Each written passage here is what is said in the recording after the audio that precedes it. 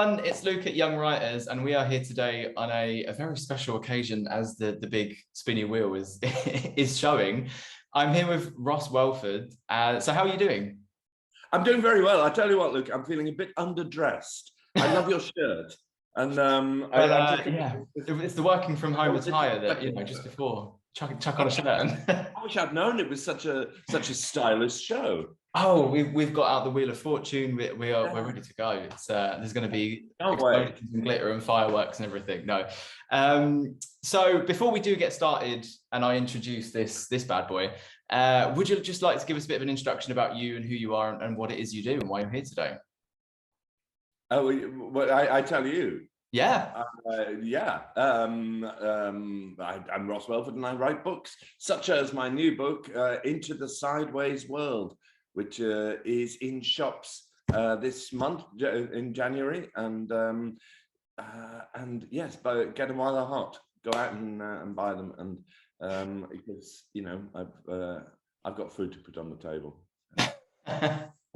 Okay, so I'll quickly get into this. This is not going to be the usual style interview that I do. We kind of wanted to flare it up in 2022. This will be our first interview of the year, so we thought this is it. We're going to go big, or we're going to go home and set the new year off in style. So we have a big spinny wheel, and each tile, each color is going to represent a game, a task, a question, whatever that we will throw at you, and hopefully it all goes well. So I mean, I'll run through it quickly. Otherwise you just cut it out.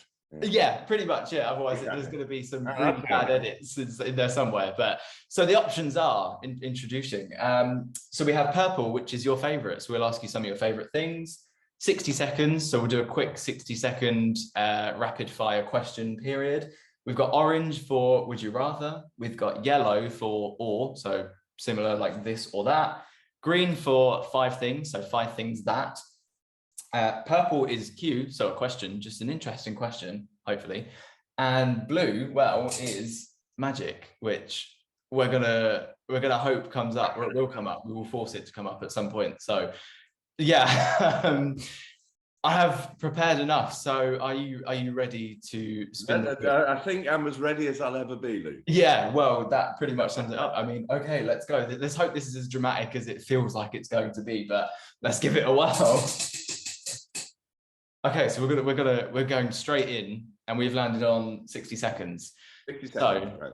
It's a big start. So what I'm going to do, I'm going to set a 60-second timer on my phone and ask you as many questions. I have 10 questions, and we're going to see how many you can answer in 60 seconds. I think before we did this before, and I think we got to 7 or 8, which isn't bad going. So that was Francesca Gibbons as well. So we can check that out after if anyone wants to watch that. But I have 10 questions here, and maybe it's a good way to introduce it. It's a heavy start, but maybe it's a good way to get this going. So I'm ready. I'm fortifying gulp of tea. Okay, 3, 2, 1. Who are you? Ross Welford. What's your new book called? Into the Sideways World. Where can people buy it?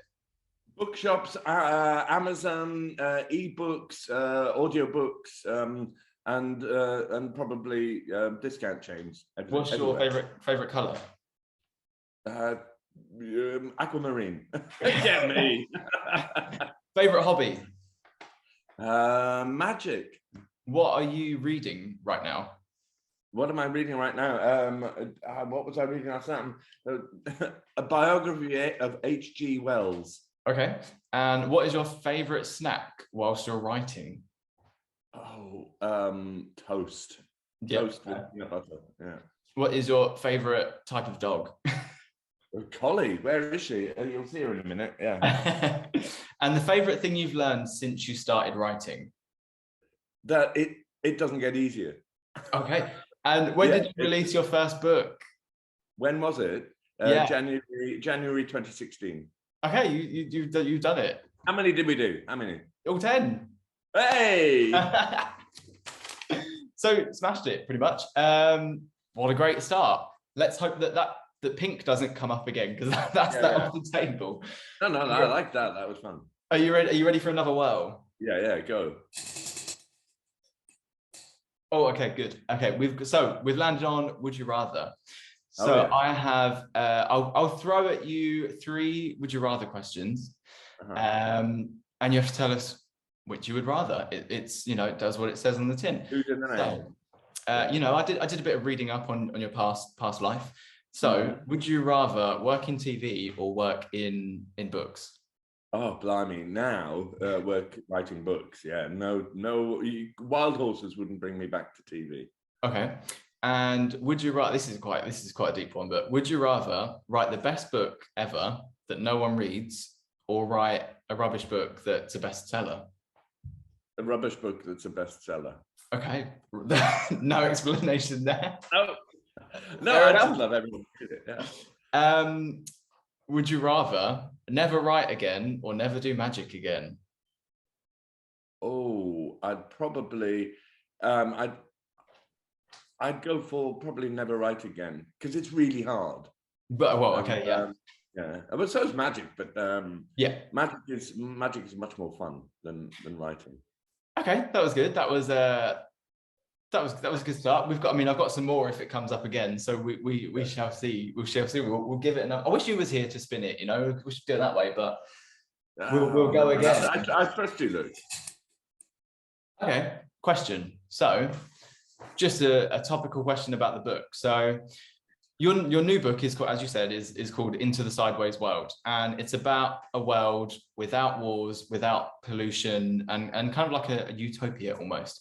So there's something that gives me just an inkling of a thought that it could be inspired by real world events.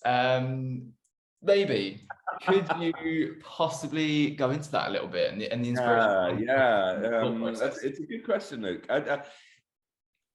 I'd always liked the idea of there being a different parallel world from ours, and it's an idea that's been explored before. You know, it's not new, but I think it was it was probably almost exactly a year ago, perhaps a bit more. Yeah, maybe about 18 months ago, and we were in all of these boring lockdowns and not only lockdowns. I got particularly upset. There was I won't go into it, but there was a war on TV, you know, that was happening. And I just thought, oh my God, this is, you know, what is going on in the world? It seems wrong. And I thought, wouldn't it be fun to try to write a perfect world? No, you know, that's impossibly naive, really. And I'm not sure how much fun it would be just to write a book about a perfect world. So I added loads of other elements to it, including how they got there. And it ended up being a portal story, which I've never done before, about, you know, going through a portal into another world. I've never really done one of those before. And so that was fun. And the kids' story, Willa and Manny, they find themselves transported into a world that, if not exactly perfect, they've certainly solved a lot of the problems that humankind wrestles with in our world, such as war, such as pollution, climate change, everything like that. And then the problem, as they say in the brilliantly written blurb on the back, which I didn't write, once you find a perfect world, can you ever leave it behind? So yeah. I actually have I've written down a specific question with that exact quote. So it says, because once you find a perfect world, can you ever leave it behind? And to me, that's a really gripping, like, you know, statement. It's really interesting, and it feels really heavy. So where did this, like, I know you said that you didn't write it, but that's such a big question. Like, where did that come from? Yeah, well, I mean, it literally came from my editor, Nick, who wrote it. But yeah, I mean, it's sort of, you know, in my stories, I don't want, you know, I really don't want my heroes and heroines to be ripped away from their families completely. I also don't like leaving. I also don't like leaving my fictional world, which is sort of the usually contemporary, right? I don't like leaving it massively changed, but I'd like my heroes and heroines to come back to this world in this story with a sense of hope, with a sense that we can actually do something. Other people have done it because we've seen it. We've seen this other world where these things are possible. Perhaps it's possible here as well. Of course. So that's how I kind of got round that. That visit to Utopia and coming back. Yeah, I mean, it makes a lot of sense. We'll possibly have more questions on the book soon. Yeah. So we'll give the magic wheel another spin. Yeah, go on. Okay, it's landed on question again. So we'll go away from the book. And so you've got the book, what not to do when you turn invisible. Oh, yeah. And that sounds like worlds away. So you've got the new book coming out, Into the Sideways World, which is obviously based heavily off things that are going on at the moment. And then what not to do when you turn invisible possibly isn't as much inspired by a personal experience. No, that one invisible. So where do these, it seems like you've got a contrasting almost inspiration there. So where did the thought process come from that one as opposed to, the new one, which is World Events? I think that, for me anyway, how I feel it is that they both come from a similar place. Okay. When I write, I start off from trying to think, what's not possible? Mm-hmm. What is not? What can't you do? You can't be invisible. You can't time travel. You can't go through a portal to another world. Mm-hmm. So they all come from this idea of taking something that's impossible and then fitting it into our world and seeing what would really happen. Mm-hmm. Asking what would really happen if that impossible thing did happen. Mm-hmm. So to me, the two things are quite similar. Is that I just I'd done time travel. Invisible was my second book.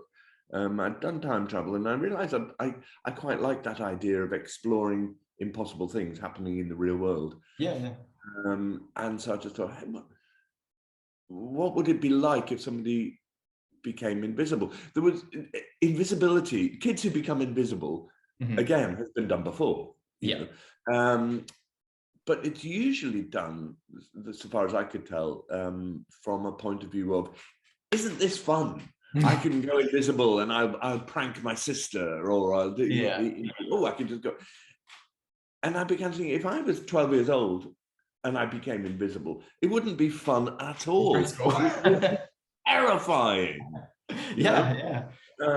And so I just tried to think, well, what would the real emotions, what would the real reactions be? And I worked backwards from there. And likewise, with Into the Sideways World, available now in all good bookshops, I thought, what would it, I thought, what would it be like if you went through this portal and found another world? Exactly what that world was, well, it wasn't incidental, but it wasn't the whole picture. A lot of it was trying to just work out how it would feel to be able to do that. So it's not from a real world experience of you being so good at magic that you turned invisible and then wrote about the experience. No, it wasn't like that. There was a link. You were trying, very good. Okay, well, let's go again. Okay, that's good. That's a good one. So we've landed on all. So I'm going to ask you a couple of questions of which you would you rather, but all, because I was running out of tiles. So fiction or non-fiction? Oh man, I was looking through the books that I'd read last year and totting them up, and it was almost equal. Fiction or non-fiction. So, but if you were to make me choose, I'd probably choose fiction. But as in personal taste, it's almost equally divided. City or seaside? Seaside. Richard or Judy? Oh, come on. I went to both. Your viewers might not know, I produced their show for a long time. I kind of like them both, but I think I would find Richard easier to get on with outside of the professional situation. I mean, absolutely, for context there, that's something that you used to work on. It's not a totally pulled out the air question. That was a previous job of yours where you worked on the show. It was, yeah. Hence that question. Okay. Yes. I'm glad we landed on that one because I wanted to ask that one. Yeah. What have we not had yet? Okay, let's go again. Let's. Ta-da! That is magic. So magic. This one is more over to you. More over to me. Yeah. Well, thanks for bringing that one up. Magic has been a hobby of mine for since I was 6, 7, 8. I got into performing magic tricks, and I've done it ever since. And it's funny. I often think that the subject of my stories, which is, impossible things happening in the real world, I often think that is inspired by my love of magic tricks. Because when you're doing a magic trick, what are you doing? You're imagining that the impossible is happening right in front of your eyes, and you're constructing a little story around it normally. So and it was ages. I'd written about 2 or 3 books before I realized, hey, that's what I'm doing. It's just an extension of a hobby that I've had all my life. I'm a very proud member of the Magic Circle, which is a huge honor. And you're going to ask me to do a trick now, are you? Absolutely, yes. Yeah, right. Okay. Possible, yeah. So, I did come prepared, Luke. I did come prepared. Can you see behind me? If I stand here, yes. Am I in shot? Yes, you are. Yeah. I'm in shot. Okay, because I thought it would be fun to explore an area that I look at in my books, which is the division between science and magic. Okay. Now here I have a vase full of water, and here I have I just have a glass. And the idea is we're going to play with something that's called the hydrostatic effect. If I fill up the glass with water like that, and I wet the piece of paper, I put the piece of paper on top of position the piece of paper firmly on top of the glass, like that. Now with the hydrostatic effect, it means that if I can turn it upside down like this, the air pressure surrounding the glass keeps the water inside. It supports the piece of paper and holds the water inside. Now that's science, but this is magic. Watch.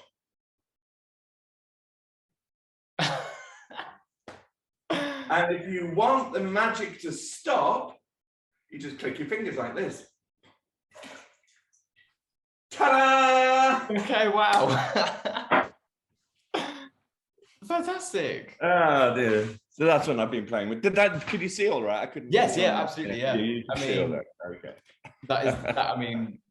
That was the first time that's ever happened in one of these interviews, so that's really cool. Oh, great. Okay. So I think we've hit everything now except from favorites. So we are just gonna, yes, we did. Okay, we're gonna cheat and we're gonna move to purple because the only thing remaining, I believe. So I'll ask you a couple of what your favorite things are at the moment. So who is your favorite author at the moment, or of all time? Of all time?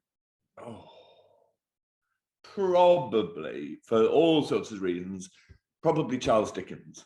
Okay. Just as there's 2 things. His stories are always fabulous, but also I'm completely in awe of the fact that most of his stories were written episodically.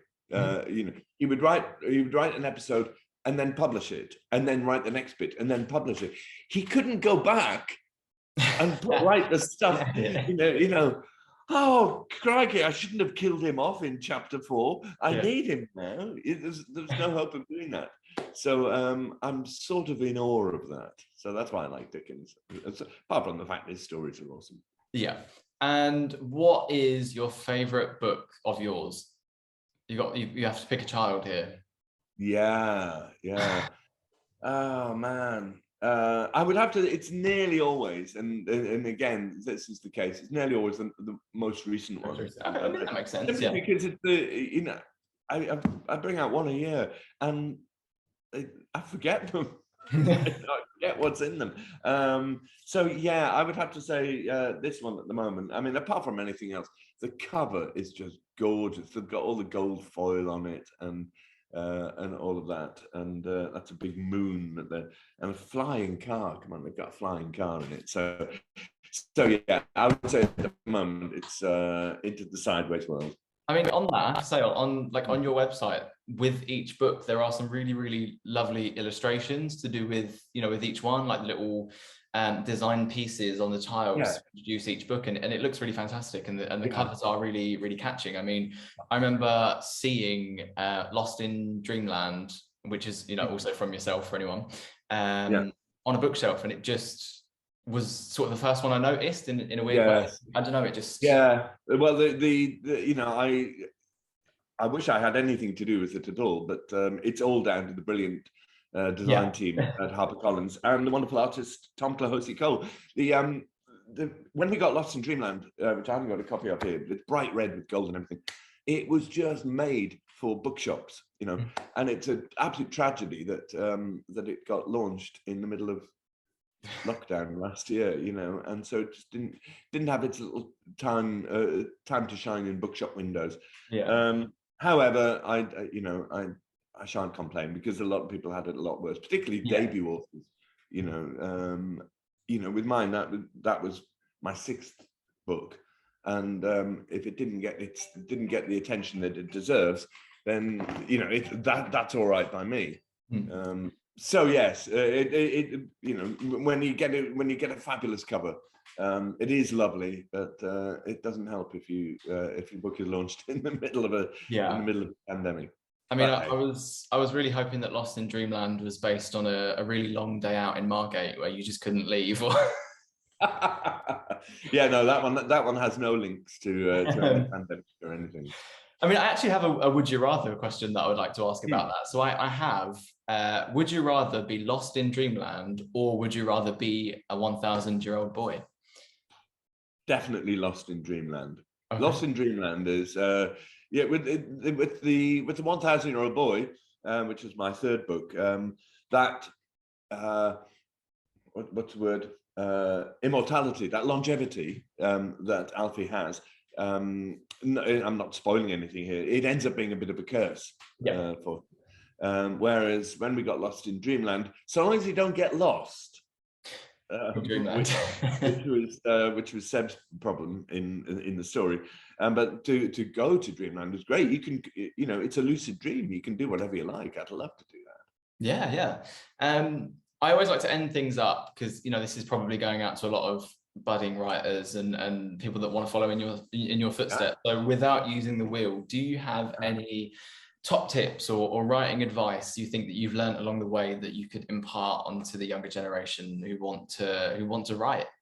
Yeah, I do. And I'm not infrequently asked this, and usually I give the same answer one way or another, and it's however you manage it, get to the end. And it's only once you've got to the end that you can take a step back, look at it, and realize what you've really written. Because so many stories get half written and then get put away because the writer thinks that they're not very good, or you don't really know where it's going, or you can't think of a way to end it. Get over that somehow, even if it means leaving a big hole of plot in the middle. Somehow get to the end, and then you can go back and fill in those gaps that you might have left.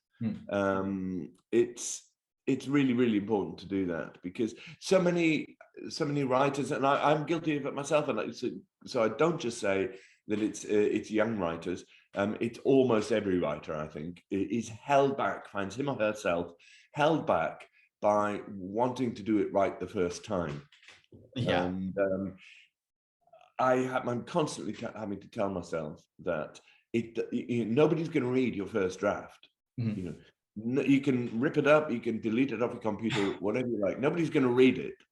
Okay. I keep all of mine just for fun, but nobody's going to read that first draft. So just write from the heart, as if you're just writing for yourself. Mm-hmm. And it's only when you get to the end you can go back and start making it suitable to be read by other people. Yeah, I mean, we have a long answer to a simple question. No, but I mean, we ask a lot of authors the same question, a lot of people, and you know, we do a lot on it, and I don't think that has ever come up in such a direct way, but it is, you know, it's really important. There's only so much you can do with a half finished something or other, and how you get to the end is a different story, but I mean, it's a really important piece of advice. So thank you. I mean, word from, you know, from me, I had no idea how this was going to end when I started writing it. No idea at all. I knew I wanted a happy ending, mm-hmm. and sometimes that's enough. You know, you're working towards some sort of resolution, but you don't know how they're going to get there. Mm-hmm. And for me, that's the exciting bit of writing. That's what makes it worthwhile, because I don't plan everything out in advance. Some authors do. But I don't, and I often start and I'll get to the end, and then you go back and you make it all fit. Yeah, definitely. So I mean, on that note, Into the Sideways World is out. It's out in January. It'll be out by the time this comes out. And it's worth noting that if you head to Waterstones, you can get a signed copy if that takes anyone's fancy. So that is out very soon. And yeah, I mean, a huge thank you, Mr. Ross Welford. And I mean, this is your 6th book, I believe. So if you're interested or you like the interview, do head to the website, or you know, just search Ross Welford into Google or Waterstones or Amazon or whatever, and find some of the back catalogue. They're all really fantastic and imaginative pieces. So yeah, I mean, I hope you enjoyed chatting, and thank you for your time. Thank you, Luke. It's been a pleasure. Good luck with young writers, and happy to come back anytime. Brilliant. Thank you. Bye-bye.